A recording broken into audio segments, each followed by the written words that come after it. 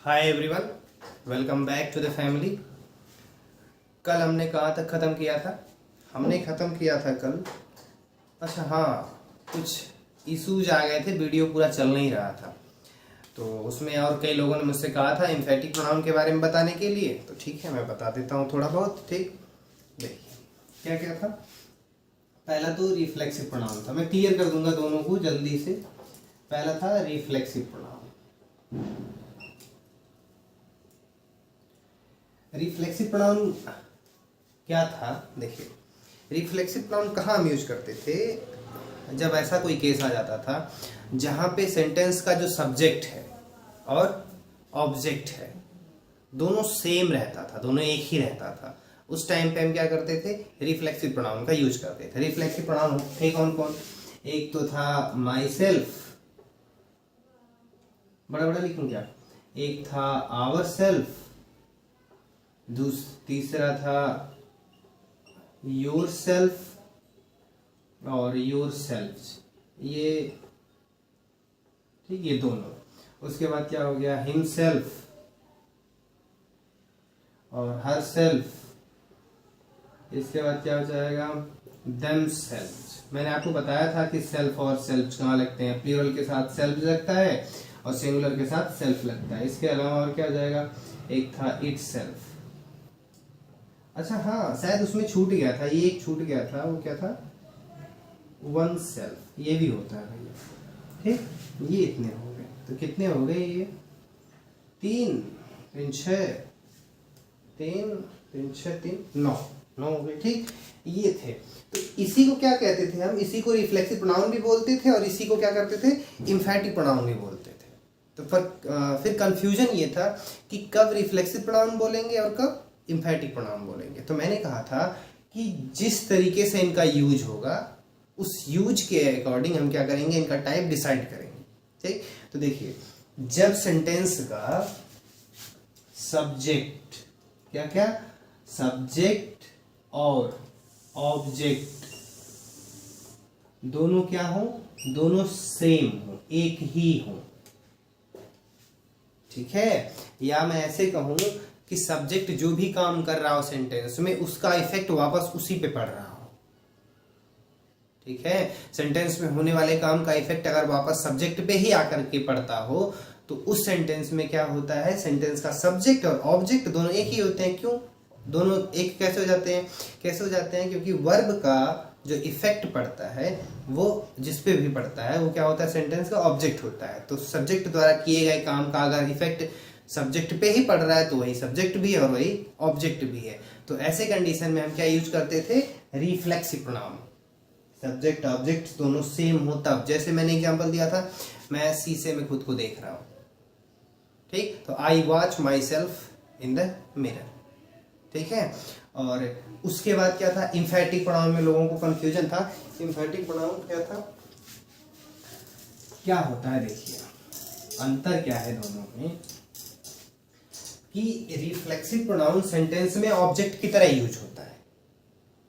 ठीक है, तो ये किस तरीके से यूज होता है? ऑब्जेक्ट की तरह। लेकिन एम्फैटिक प्रोनाउन क्या होता है? एम्फैटिक प्रोनाउन सेंटेंस का ऑब्जेक्ट नहीं होता है।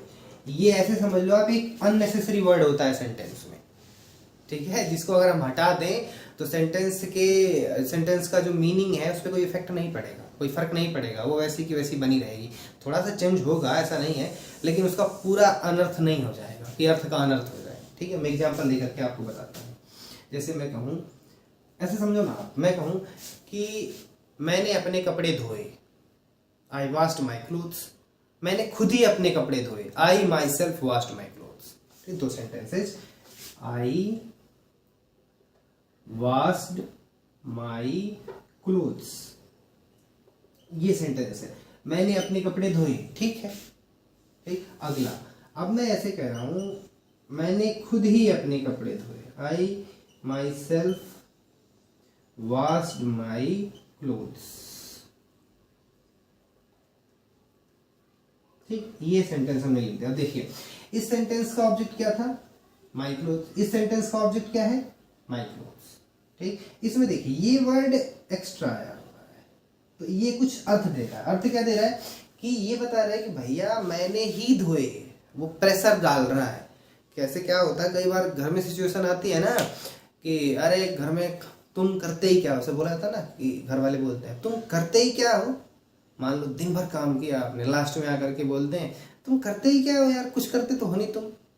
फिर क्या कहते हो, अरे मैं ही तो करता हूँ काम, और कौन करता है। तो यहाँ पे क्या है, मैंने ही तो धुले हैं अपने कपड़े। अब मैं कह रहा हूं इसको मैं हटा दूं, आई वॉश्ड माय क्लोथ्स, तो अर्थ तो वही रहेगा, अर्थ बदला कुछ नहीं।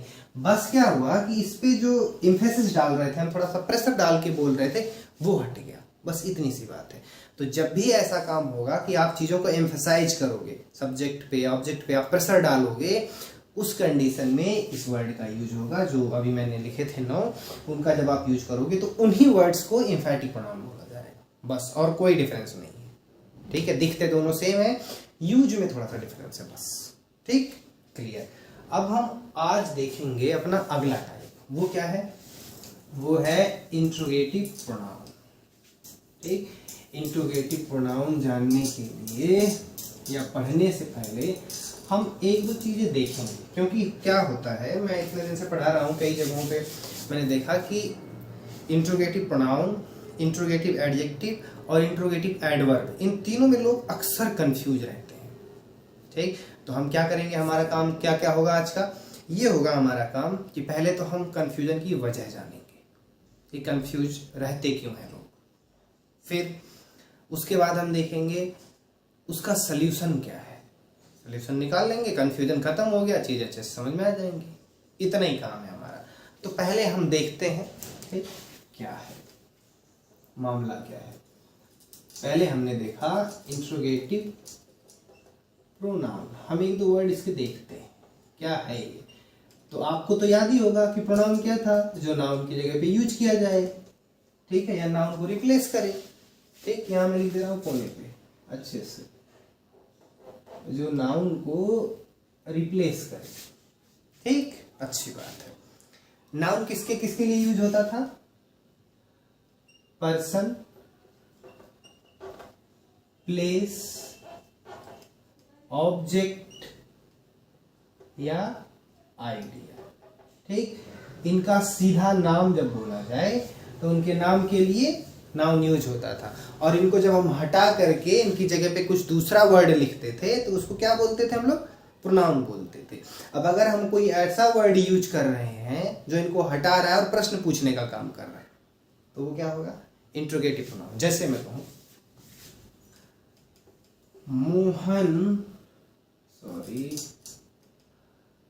Mohan is my brother. चलिए थोड़ा थोड़ा बड़ा लिखता हूँ जिससे ठीक से लिखे, मोहन इज माई ब्रदर। अब यहां मैं लिख दूं हु इज माई ब्रदर।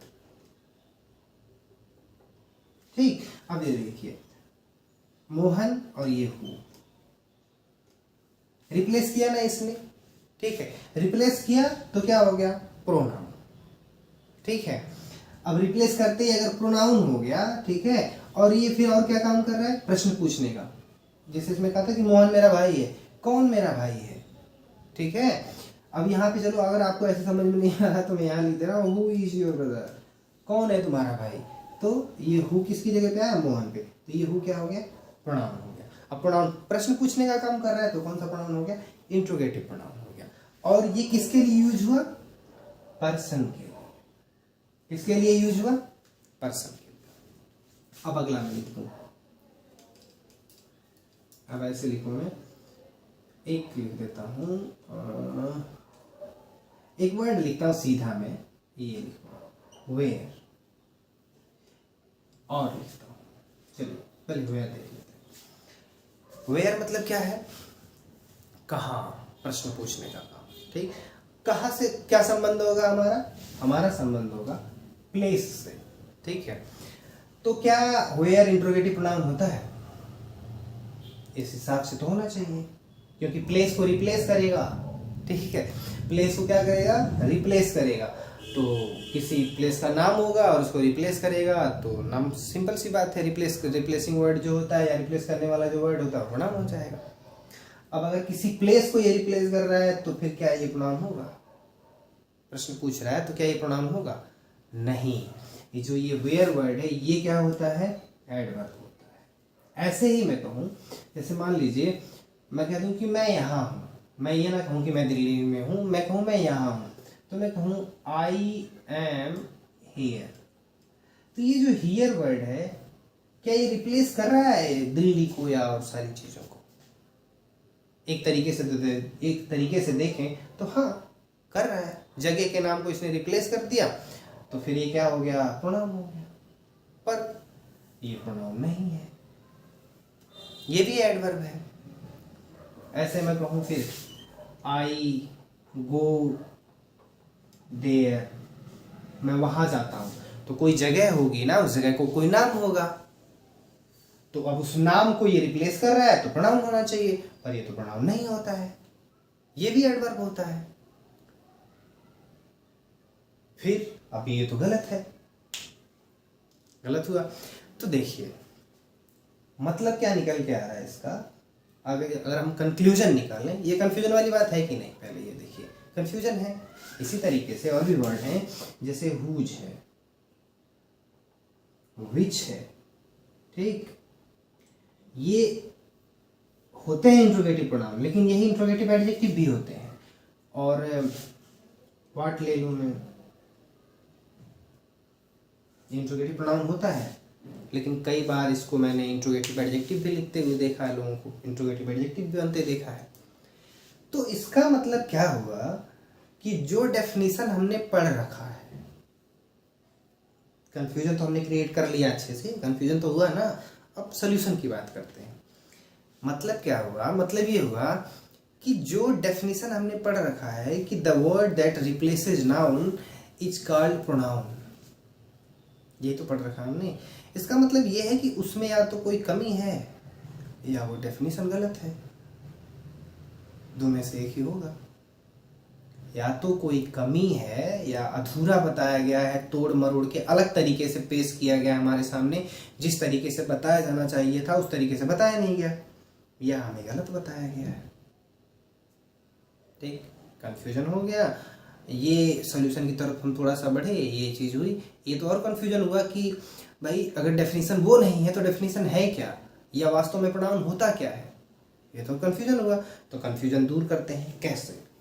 तो आपको अगर ध्यान हो तो मैंने आप लोगों को एक चीज बताया था, वो चीज क्या है?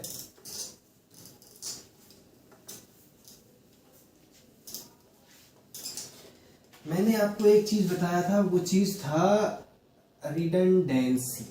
अगर आपने प्रोनाउन की जो मैंने फर्स्ट क्लास लिया था, अगर आपने उसको अटेंड किया है तो आपको पता होगा कि रिडंडेंसी क्या होती है। फिर भी मैं रिपीट करता हूँ, रिडंडेंसी से मतलब क्या होता है कि अगर किसी सेंटेंस में या किसी क्लॉज में या कोई पैराग्राफ लिखा हुआ हो, ठीक है, वहां पे क्या हो रहा हो, कोई अननेसेसरी वर्ड यूज हो रहा हो जिसका कुछ मतलब ना निकले, मतलब वो बेवजह वहां पे यूज हो रहा हो, उसकी जरूरत नहीं है वहां पे। जैसे मैं कहूं, मैंने एग्जांपल आपको दिया था, आई रिटर्न,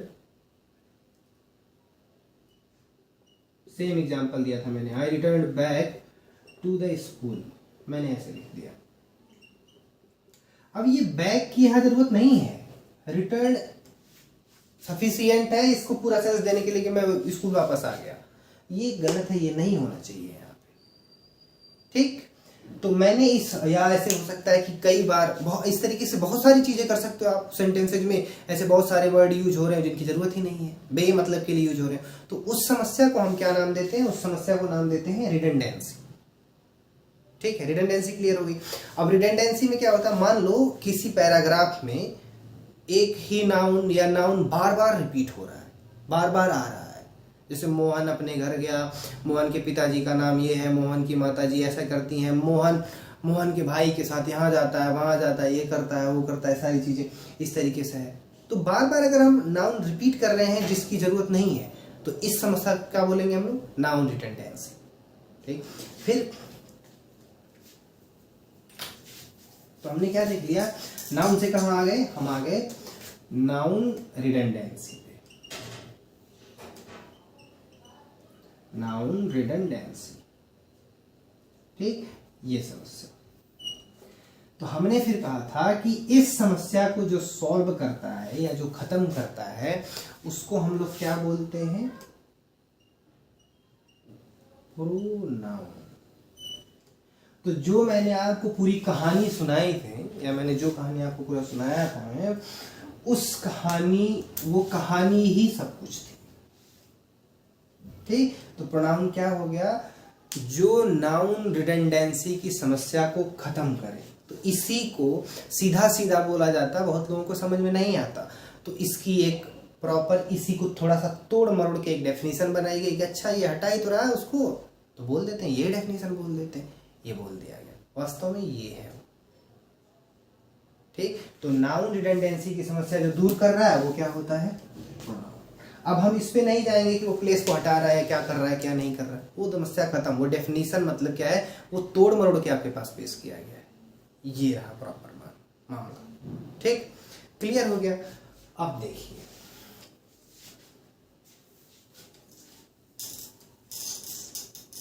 हमने कंफ्यूजन देखा, कंफ्यूजन का सलूशन भी देख लिया। अच्छा, मैं एक चीज और बताऊंगा आपको, वो चीज क्या होगी,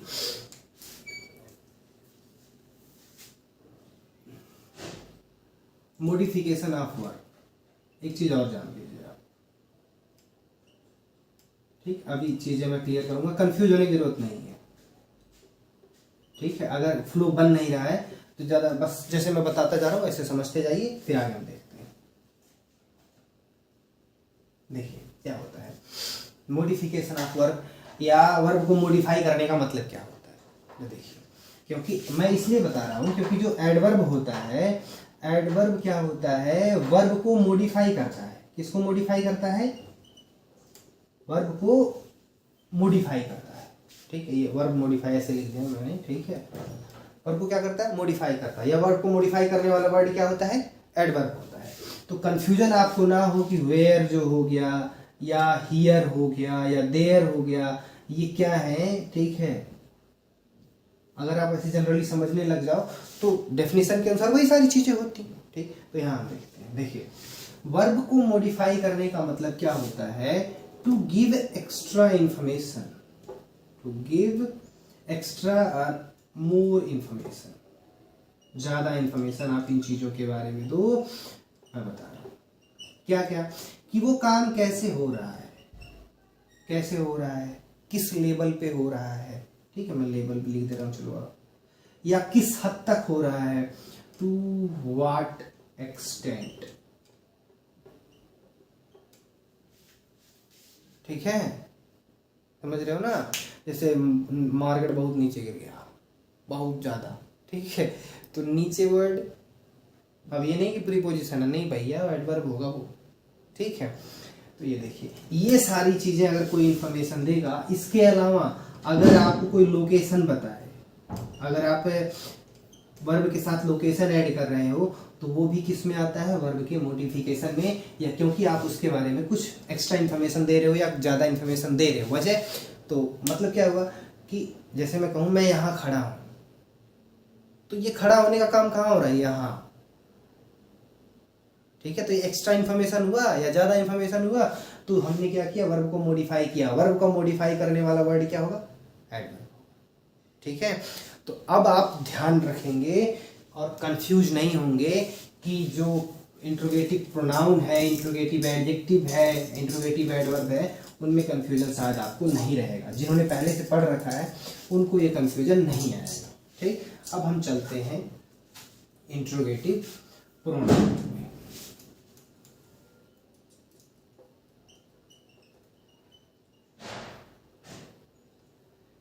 इंट्रोगेटिव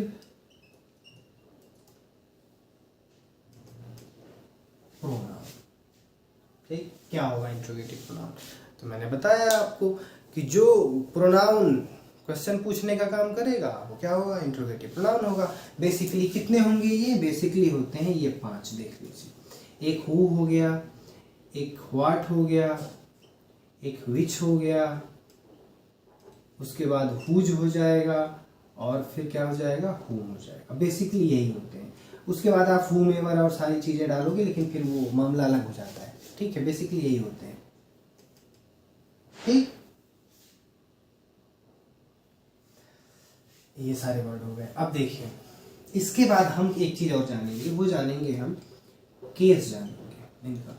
जो इंट्रोगेटिव प्रोनाउंस हैं इनका केस होता है, ठीक है। केस क्या होता है देखिए, पहले तो ये जानिए कितने होते हैं इनके केस। होते हैं 3। कौन कौन? पहला होता है नॉमिनेटिव केस। क्या होता है? Nominative case. दूसरा क्या होता है? एक्यूजेटिव या एक्यूजेटिव, एक्यूजेटिव। तीसरा होता है जेनेटिव। ठीक, ये 3 केसेस होते हैं। अब देखिए हमें ये जानना है कि भैया कब नॉमिनेटिव केस होगा, कब एक्यूजेटिव केस होगा और कब जेनेटिव केस होगा। 3 केसेस हैं। तो पहली बात तो जाने क्यों, ठीक है। हम जाने क्यों कि भैया नॉमिनेटिव केस क्यों जाने, हम एक्यूजेटिव केस जानने की जरूरत क्या है या जेनेटिव केस जानने की जरूरत क्या है।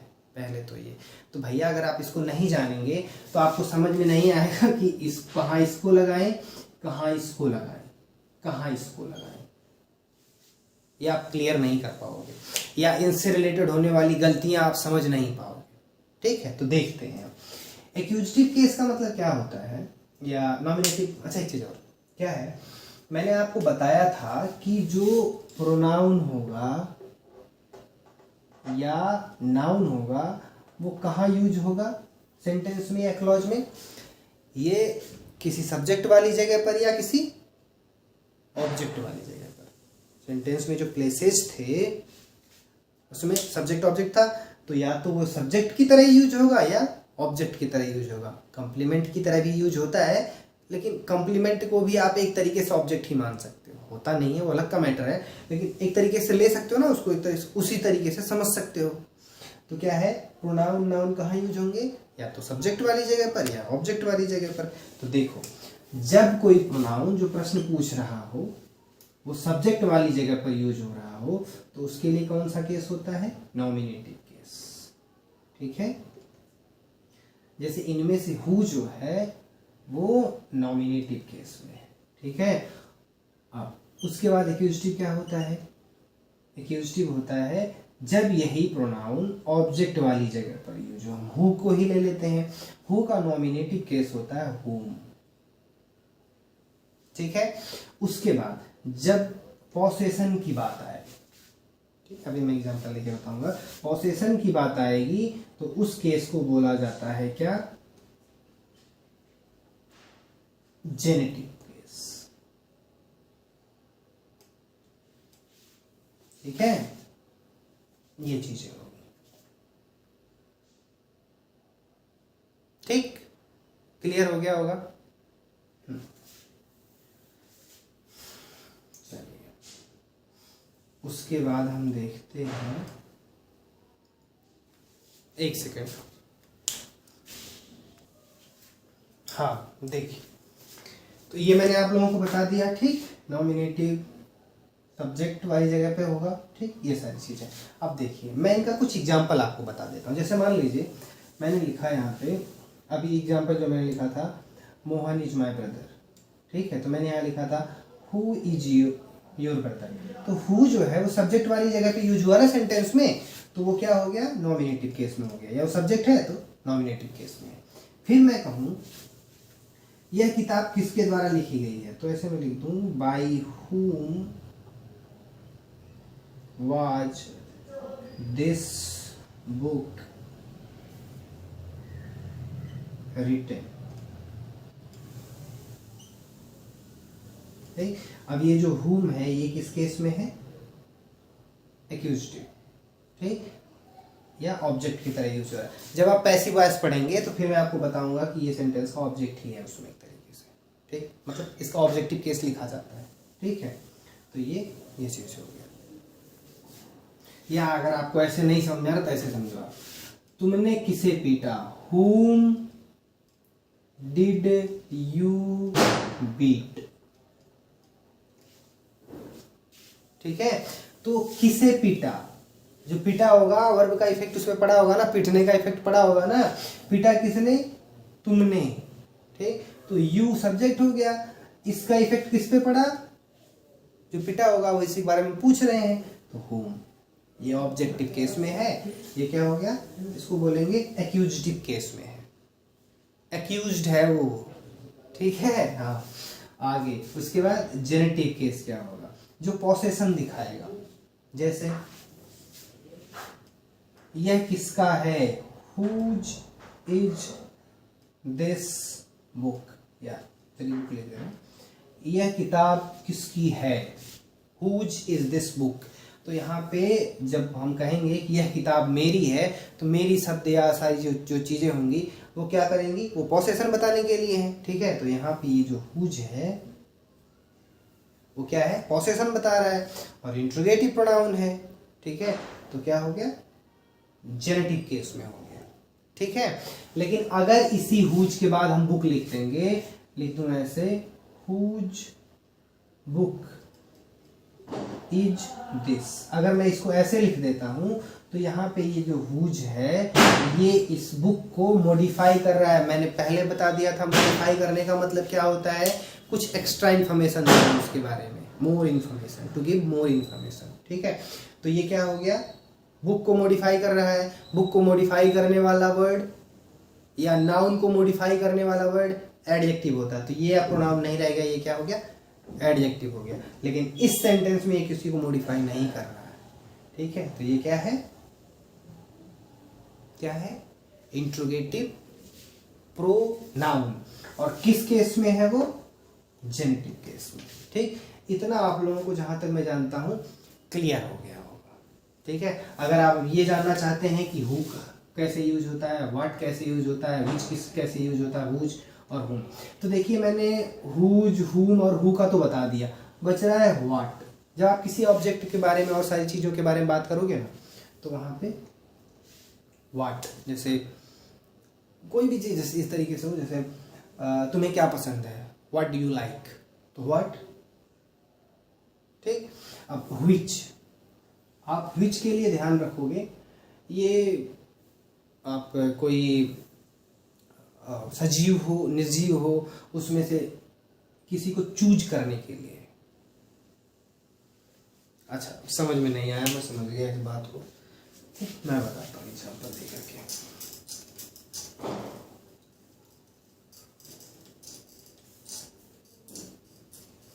मान लीजिए बहुत सारे लोग या बहुत सारी चीजें हो, ठीक है, उसमें से आपको किसी को सेलेक्ट करना हो, ठीक है, उसमें से किसी को चूज करना हो, तो उस कंडीशन में क्या होता है, विच का यूज हम करते हैं, ठीक है। किसका यूज करते हैं, विच का। अरे यार,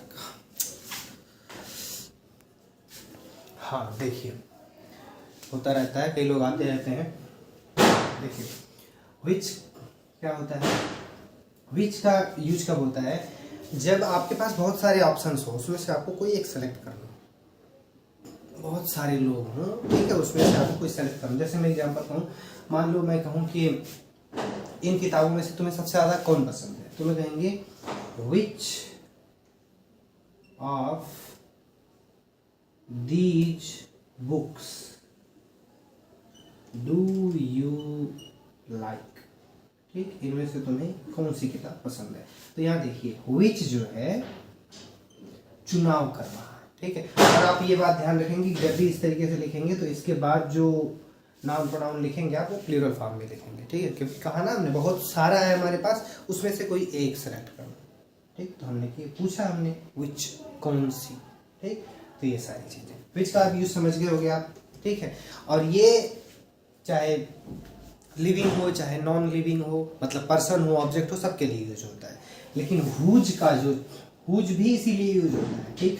खैर यूज तो पोसेशन बताता है, लेकिन अगर बहुत लोग मैंने देखा है उसको करते हुए, तो भैया हुज का यूज कभी भी नॉन लिविंग के लिए नहीं होता है, ठीक है, कभी भी नहीं होता है नॉन लिविंग के लिए। इसका यूज हमेशा लिविंग के लिए होता है, लिविंग थिंग्स के लिए, ठीक है, जो सजीव चीजें, ठीक। बस इतना बहुत है, ठीक है ना। बस आज के लिए इतना ही, धन्यवाद। अगर आपको कोई दिक्कत आती है, आपको चीजें समझ में नहीं आई हैं, तो आप कमेंट बॉक्स में मुझसे पूछ सकते हैं। आज के लिए बस इतना ही, tata bye, see you tomorrow.